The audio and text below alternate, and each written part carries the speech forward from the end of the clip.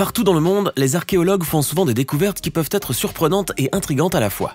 En Afrique, par exemple, ces spécialistes sont tombés sur des trésors qui les ont rendus bien perplexes et pour lesquels ils n'avaient pas toujours d'explication à nous donner. Savez-vous ce qu'ils ont trouvé au Kenya, en Afrique du Sud, au Maroc et au Zimbabwe? Restez alors avec nous jusqu'à la fin de cette vidéo pour voir les découvertes terrifiantes en Afrique que personne ne peut expliquer. On commence. Laissez-moi vous parler d'une pierre de couleur bleue qui aurait été découverte en Sierra Leone en 1990 par un certain Angelo Pitoni, un géologue d'origine italienne. L'histoire de cette pierre vous intriguera certainement, mais vous serez encore plus fasciné lorsque vous aurez une idée de sa prétendue origine. Eh bien, cette jolie pierre, qui, comme vous pouvez le voir, possède une belle couleur bleue, n'est pas seulement jolie, mais elle est également très ancienne et particulièrement légère. En effet, d'après les analyses qui ont été réalisées dans un bon nombre de laboratoires dans le monde, cette pierre se compose d'environ 77% d'oxygène, tandis que le reste est constitué de carbone, de calcium et d'une matière inconnue. De quoi peut-il s'agir à votre avis? Vous n'avez pas la réponse bien sûr, et vous n'êtes pas le seul d'ailleurs. Les nombreux scientifiques et spécialistes qui ont étudié de près cette pierre ignorent sa véritable composition. De ce fait, ils ignorent tout de son origine. Pour eux, il ne peut s'agir d'une pierre terrestre, mais plutôt d'une pierre d'origine céleste. Un reste de météorite par exemple? Peut-être bien que oui, mais pour ceux qui croient aux phénomènes paranormaux, cette pierre qu'on a appelée Skystone, c'est-à-dire pierre du ciel, a certainement des origines extraterrestres. Elle constituerait même la preuve tangible que les extraterrestres auraient effectué une petite visite en Afrique il y a de cela des milliers et des milliers d'années. Vous connaissez bien le Stonehenge, mais vous serez étonné d'apprendre qu'il existe en Afrique un autre site tout aussi remarquable, voire beaucoup plus curieux. Voulez-vous en savoir plus? Direction donc l'Afrique de l'Ouest, plus précisément la frontière entre le Sénégal et la Gambie, où la civilisation qui a peuplé cet endroit a élaboré l'une des merveilles archéologiques les plus intrigantes et les plus fascinantes du monde. Des cercles de pierre mégalithiques. Situés en Sénégambie, ces grands ensembles de cercles qui s'étendent sur 350 km de long et 100 km de large sont formés de plus de 1000 monuments, dont des tumuli, c'est-à-dire des monticules funéraires où étaient enterrés des personnages riches et importants, ainsi que des pierres taillées en colonnes qui mesurent en moyenne 2 mètres de hauteur et pèsent jusqu'à 7 tonnes. Grâce aux fouilles qui ont été réalisées, les experts ont découvert du matériel archéologique qui a pu être daté entre le 3e siècle avant Jésus-Christ et le 16e siècle après Jésus-Christ. Par ailleurs, les études ont révélé que les pierres ont été extraites grâce à des outils en fer. Le plus fascinant est que les cercles mégalithiques de Sénégambie ont permis d'avoir une idée plus claire sur la société qui vivait là à cette époque et de comprendre son degré d'organisation. Mais surtout, ce site a permis de découvrir les différents objets qui ont été enterrés avec les corps et de montrer à quel point cette civilisation était prospère. N'est-ce pas intéressant tout cela? Bien entendu, les cercles de pierre de Sénégambie sont inscrits sur la liste du patrimoine mondial de l'UNESCO et ce depuis 2006. L'Afrique du Sud n'abrite pas que des réserves animalières, des plages de pingouins ou des mines de diamants. Ce pays, situé au point le plus au sud du continent africain, recèle également des trésors archéologiques. Mais il y en a un qui fascine tous ceux qui font sa découverte. D'ailleurs, ce site appartient à l'université du Witwatersrand à Johannesburg, ce qui permet aux scientifiques d'y poursuivre régulièrement leurs recherches et leurs études. À propos, savez-vous sur quoi sont menées ces études? Sur des fossiles. Et oui, nous parlons des grottes de Sterkfontein, un système de grottes qui a été découvert par hasard à la fin des années 1890 et qui est considéré comme l'un des sites de fossiles les plus riches au monde. D'ailleurs, les fossiles qui ont été découverts dans les grottes de Sterkfontein auraient plus de 4 millions d'années et représentent la naissance de l'humanité, comme en témoignent les milliers d'outils en pierre qui ont été retrouvés. Il est donc tout naturel que ce site continue de faire l'objet de fouilles paléontologiques et qu'il attire aujourd'hui un grand nombre de touristes et de passionnés de fossiles. Il arrive souvent que des scientifiques fassent des découvertes parfois surprenantes en explorant une zone donnée. En Afrique, par exemple, les découvertes étonnantes ne manquent pas. Or, s'il y a quelque chose qui intrigue les chercheurs depuis fort longtemps, c'est bien ce qu'ils ont découvert sur l'île d'Anjouan, une île située au large de la côte orientale de l'Afrique.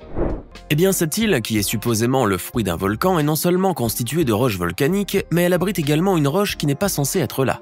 Il s'agit du quartzite. Une sorte de roche qui se forme à partir de grès et que l'on retrouve généralement dans un lit de rivière ou un delta, mais jamais sur un volcan. Sauf que cette roche s'est retrouvée sur cette île en plein océan, à la grande stupéfaction des chercheurs. Qu'est-ce qui a déplacé ces roches jusqu'à cette île? Mystère. Nul ne sait comment ces roches de quartzite se sont retrouvées là, malgré les études qui sont constamment menées pour rechercher sa provenance. Viendra peut-être le jour où les scientifiques trouveront enfin la réponse à leurs nombreuses questions, mais entre-temps, ces roches de quartzite font le bonheur des habitants de l'île qui les utilisent comme outil pour aiguiser leurs couteaux par exemple. Bérénice est un ancien port égyptien, vieux de 2000 ans et situé au sud-ouest de l'Égypte. En dehors du rôle qu'elle jouait, cette ancienne ville pharaonique avait une particularité qui la distinguait de bien d'autres villes. Vous voulez bien le savoir, n'est-ce pas? Laissez-moi vous dire toutefois que vous n'en reviendrez pas, car même les scientifiques qui ont visité la région ont été très étonnés par cette découverte. Eh bien, pour satisfaire votre curiosité qui ne cesse de croître, je vais tout de suite vous dire ce qui rendrait Bérénice une ville bien spéciale et pas comme les autres à cette époque-là. Cet ancien port égyptien abritait un cimetière pour animaux. Non, nous ne parlons pas de tombes d'animaux momifiés ou enterrés après avoir été sacrifiés pour quelques rituels, mais d'un cimetière où des chats et des chiens ont été enterrés par leur maître après leur mort naturelle, avec des colliers et d'autres bijoux, des morceaux de poterie et des textiles pour les protéger. Les scientifiques qui ont effectué des fouilles dans cet ancien cimetière ont découvert également que les animaux étaient enterrés dans des tombes individuelles et que certains d'entre eux montraient des signes de maladie et qu'ils ont été soignés par les humains. Eh ben, cela prouve donc que les animaux de compagnie, ça existe depuis longtemps. Il existe dans le monde de nombreux sites dont l'architecture a toujours séduit les archéologues. Or, savez-vous que le continent africain possède lui aussi un véritable trésor architectural? Avant de vous donner le nom et le lieu de ce site, regardez ces images. Voici Douki Djel, un site archéologique situé au Soudan, dans ce qui était la Nubie antique. Son architecture aux motifs circulaires est cependant d'une complexité qui intrigue depuis longtemps les archéologues spécialistes du Soudan. Pour cela, une mission conjointe suisse-franco-soudanaise a mené des études pendant quelques mois afin de mieux comprendre ce qui rendait ce site à la fois imposant et impressionnant. Ce qui est certain, c'est que les Égyptiens y étaient pour beaucoup dans cette architecture exceptionnelle. Le Kenya n'est pas qu'une terre de safari, et son nom n'est pas seulement lié aux lions et à la tribu des Maasai. Ce pays abrite en effet une autre merveille pleine de mystères, et qui vous laissera certainement sans voix quand vous saurez de quoi il s'agit. Dans la ville côtière de Kilifi se trouve une forêt qui abrite des ruines d'une ville antique appelée Gedi. Connu sous le nom de ruines de Gedi, ce site archéologique d'une grande richesse a été découvert en 1884 par John Kirk, un résident britannique de Zanzibar. Depuis cette époque-là, le mystère plane toujours sur cette ancienne ville kenyane qui abritait des mosquées, des maisons et même un palais, car personne ne sait où sont passés ses habitants. Bien entendu, cela a donné lieu à plusieurs théories et hypothèses pour expliquer les éventuelles raisons qui ont poussé les habitants de Gedi à déserter leur ville au cours du XVIIe siècle. Certains avancent qu'elle a été détruite par des envahisseurs alors que d'autres ont estimé que le recul des eaux de l'océan Indien a forcé les habitants à abandonner leur ville pour trouver l'eau ailleurs. Une autre hypothèse suggère que la peste noire apportée par les explorateurs portugais a tué tous les habitants. Toutefois, l'absence de preuves soutenant l'une ou l'autre hypothèse fait que le mystère plane toujours autour de cette ville antique et que l'on ne saura peut-être jamais exactement ce qui est arrivé aux habitants de Gedi. Si je vous demande quelles sont les langues écrites les plus anciennes du monde, vous me répondrez sans hésitation le grec et le chinois. C'est ce que vous croyez peut-être, mais à vrai dire, il existe des langues écrites beaucoup plus anciennes que celles que vous venez de citer. Certaines remonteraient même à la préhistoire. Alors pour corriger votre réponse, sachez que les spécialistes de l'écriture et des langues écrites ont découvert que les écritures les plus anciennes du monde venaient tout droit de l'Afrique. Et oui, ces écritures ont été trouvées en Nubie antique, en Éthiopie, au Nigeria, au Libéria et dans bien d'autres contrées africaines. Le plus troublant pour ces archéologues a été toutefois de constater que le continent africain possédait également la plus grande collection de langues écrites au monde, ce qui témoignait de sa grande civilisation bien avant l'arrivée des Occidentaux. Direction à présent le Maroc, en Afrique du Nord, pour vous parler de cette découverte surprenante qu'ont fait des archéologues il y a quelques années. Alors qu'ils étaient en train de travailler dans la grotte de Bizmoun, dans le sud-ouest du pays, ces chercheurs sont tombés sur des objets qui dataient, selon leurs estimations, entre 142 000 ans et 150 000 ans. Savez-vous ce que c'était? Des bijoux, les plus anciens du monde. Ces bijoux étaient fabriqués à partir de coquillages et auraient été créés par une population qui excellait dans la fabrication des bijoux. Cette population serait même à l'origine des premiers bijoux fabriqués dans le monde. Fabriqués à la main à l'aide d'outils fins, ces anciens bijoux comportaient aussi des trous destinés à y introduire une ficelle. Les scientifiques ont estimé par ailleurs que ces bijoux n'étaient pas seulement portés comme ornement, mais qu'ils servaient également de moyen pour dévoiler son identité.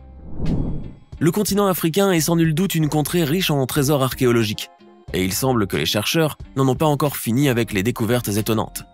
Dernièrement, au Zimbabwe, une équipe de scientifiques a fait une découverte surprenante qu'ils n'espéraient jamais faire. Pour vous donner une idée, cette chose-là a été nommée Mbiresaurus raati et était bien gigantesque si l'on ose dire. Vous l'avez deviné, n'est-ce pas? Eh oui, nous parlons d'un dinosaure et pas n'importe lequel. En effet, ces scientifiques viennent de découvrir le plus vieux dinosaure d'Afrique. D'après les études qui ont été menées par les scientifiques et selon leurs estimations, le Mbiresaurus raati aurait vécu sur notre planète il y a plus de 230 millions d'années. Il a même été décrit comme étant un dinosaure à deux pattes, au long cou et mesurant 1 mètre de haut. N'est-ce pas incroyable tout ça? Si un jour vous vous rendez au Zimbabwe, vous pourrez admirer son squelette à peu près complet au musée d'histoire naturelle. Et maintenant, regardez bien cette photo. Évidemment, vous pouvez penser qu'il s'agit d'un autre trésor qui a été déterré lors d'une fouille archéologique quelque part en Afrique. Faux, ce n'est ni un trésor archéologique, ni un objet extraterrestre. Voyez-vous ces petits objets ronds amoncelés à l'intérieur de cette capsule? Eh bien, il s'agit d'une bombe à fragmentation. Si vous ne savez pas ce que cela veut dire, sachez alors que c'est une grosse bombe qui renferme plusieurs petites bombes, lesquelles se retrouvent dispersées sur de très vastes zones. Malheureusement, ces bombes ont été larguées au-dessus de bon nombre de pays, dont le Soudan du Sud. Or, parfois, elles n'explosent pas, ce qui représente alors une véritable menace pour les enfants ou pour les agriculteurs qui travaillent leurs terres. L'utilisation de ces bombes est aujourd'hui fortement condamnée par les dirigeants africains. Maintenant, dites-nous dans les commentaires, avez-vous déjà entendu parler d'autres découvertes étonnantes et fascinantes en Afrique? Racontez-nous cela. N'oubliez pas de vous abonner et de cliquer ici pour regarder une autre de nos vidéos.